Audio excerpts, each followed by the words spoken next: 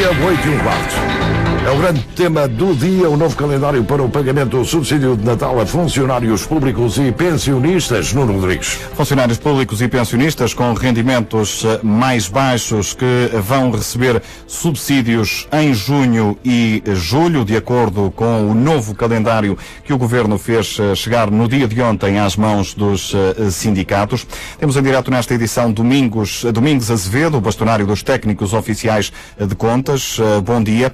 Muito bom dia. Que avaliação é que faz a este calendário apresentado ontem aos sindicatos? Bom, a primeira reação que surge é que o Governo anda um bocado desnorteado no meio deste processo todo. Ou seja, quando toma contacto com a decisão do Tribunal Constitucional, vem baralhar o próprio Orçamento de Estado e vem desdizer, ou melhor dizendo, tentar alterar por uma deliberação, uma norma do Orçamento de Estado em que se dizia taxativamente que o subsídio de Natal era pago em duodécimos.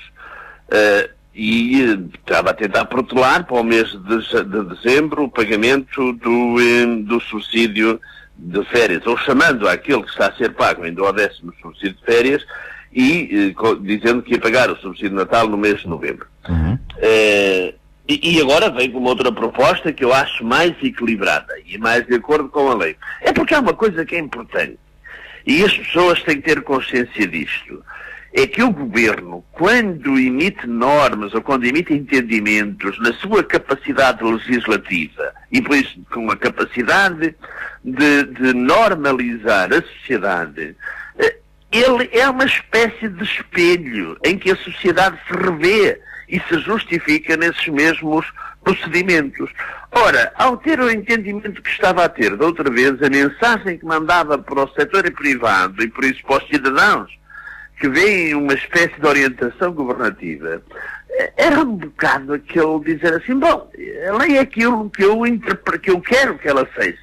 E por isso era uma imagem muito negativa, porque as pessoas também ficavam com moralidade para depois dizerem, eu só pago o meu subsídio de férias, não tenho dinheiro, só pago o meu subsídio de férias em dezembro ou em novembro, ou quando as coisas forem. O que lhe pergunto é se este programa, este novo calendário que foi apresentado ontem, que estamos a detalhar e a conhecer melhor no dia de hoje, se, na sua opinião, resolve de alguma forma o problema da constitucionalidade apontada pelo Tribunal. É melhor, mas cria um outro problema. Ou seja, o Governo começa a ter política, e esta medida é uma medida intrinsecamente política. Ou seja, é uma medida que procura dizer, nós salvaguardamos aqueles que têm mais dificuldades e por isso aqueles que ganham menos, esses nós pagamos, já os outros nós pedimos para que eles aguardem até que nós possamos pagar. Isto é uma medida política, literalmente. Literalmente política. De qualquer das maneiras, há aqui uma questão que eu penso que é interessante e é de louvar. É o esforço que o Governo faz no sentido de tentar corrigir aquilo que tinha, ou que tinha mencionado que iria fazer anteriormente. Agora, há um outro elemento no meio disto. É que isto não deixa de ser tratamento discricionário. É um direito que as pessoas têm, nos termos da legislação aplicável. É um direito que as pessoas têm em receberem o seu subsídio de férias antes de iniciar o período de férias. Ou então o subsídio de férias perde significado. Ora, quando o Governo me vem dizer uns pago no mês de junho, outros no mês de julho, outros no mês de novembro e outros outro mês qualquer, está aqui assim a dicotomizar a sociedade, está a criar aqui separações, estratificar a sociedade, e eu isso acho perigoso, porque acaba por conduzir a tratamento discricionário dos cidadãos perante a mesma realidade.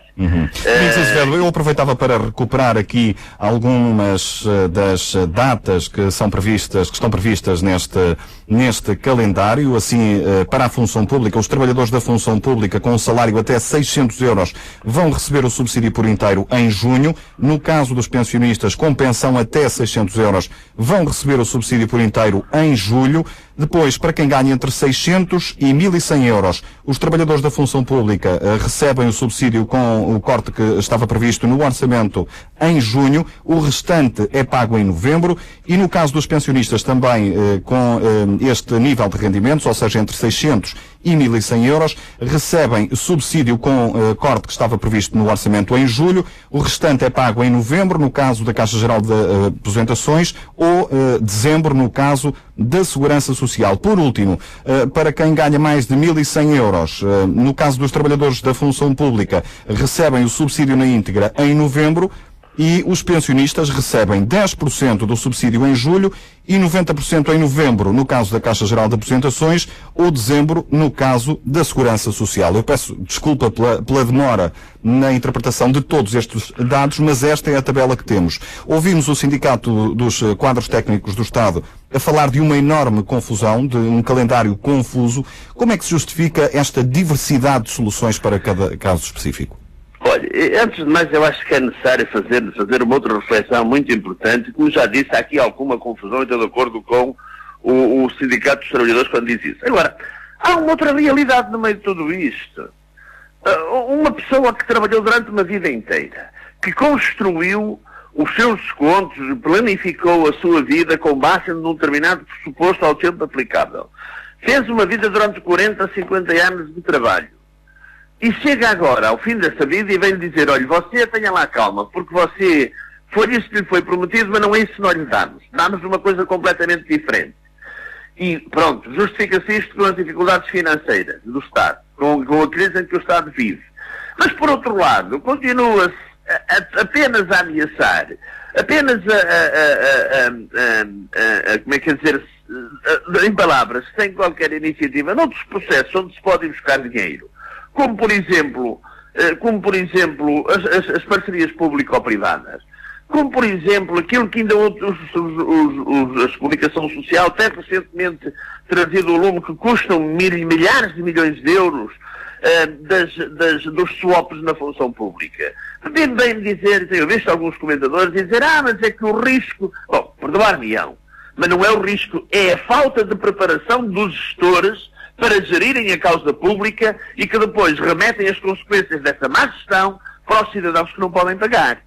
Domingos Azevedo, não lhe peço uma explicação demasiado técnica, até porque ainda é muito cedo e precisará com certeza de olhar com mais atenção para esta tabela. Só um pormenorzinho, por favor. Aquilo que eu vejo, naquilo que me acabou de dizer, volto a reafirmar, em termos sintéticos, acho positivo o esforço que se está a fazer, pelo menos de reposição daquilo que a lei consagra. Em termos executivos, bom, é uma desgraça porque cria, na minha opinião, discricionariedade entre os interessados no processo, e o Governo dá uma imagem, a verdade tem que ser dita, dá uma imagem de não saber o que quer, de não estudar os dossiês, de andar um pouco à deriva no meio deste processo, e que não é nada boa, naturalmente, para os portugueses e para a nação. Mesmo para terminar, e de uma forma muito rápida, perguntava-lhe e dizia-lhe que não lhe pedia uma explicação muito técnica, porque ainda é cedo e precisará de olhar com mais atenção para esta tabela, mas estas alterações no prazo de pagamento dos subsídios vão também trazer mudanças no momento em que o Estado vai cobrar os acertos que terão de ser feitos no IRS? Ora bem, evidentemente que sim. Aliás, eu tenho dito que o valor das alterações introduzidas por efeito da intervenção do Tribunal Constitucional não tem sido tomado em conta o valor, os efeitos que isso irá ter na cobrança de IRS por parte do Estado. Isto é, o Estado neste momento cobra um valor com base numa determinada matéria coletável e que, por efeito da aplicação das medidas do Tribunal Constitucional, aumenta. Isto é, se até agora eu fazia um cálculo do vencimento de 13 meses, agora tenho que fazer um cálculo de vencimento de 14 meses. Então eu vou ter pelo menos um mês a mais de IRS. E não é só ter um mês a mais. É que por efeito de ter os 14 meses, haverá situações em que há mudança de escalão. E ao haver mudança de escalão, há cobrança a mais de imposto. E por isso os efeitos que eu calculo mais ou menos do imposto a liquidar ronda sensivelmente os 400 milhões de contos. Ou seja, uma taxa média na ordem de 30% do valor total das medidas que foram introduzidas por efeito da decisão do Tribunal Constitucional. E por isso, o encargo não é 1.300.000, mas é apenas não é 1.300 milhões, mas apenas 900 milhões, porque isso tem que retirar o aumento da receita que o Estado vai ter por efeito da introdução, por efeito do aumento da matéria coletável e da liquidação de maior volume de IRS nessa mesma matéria coletável. Agradeço a Domingos Azevedo, bastonário dos técnicos oficiais de contas, os esclarecimentos e também a análise ao novo calendário apresentado ontem pelo Governo aos sindicatos, novo calendário para pagamento do subsídio de Natal aos funcionários públicos e pensionistas.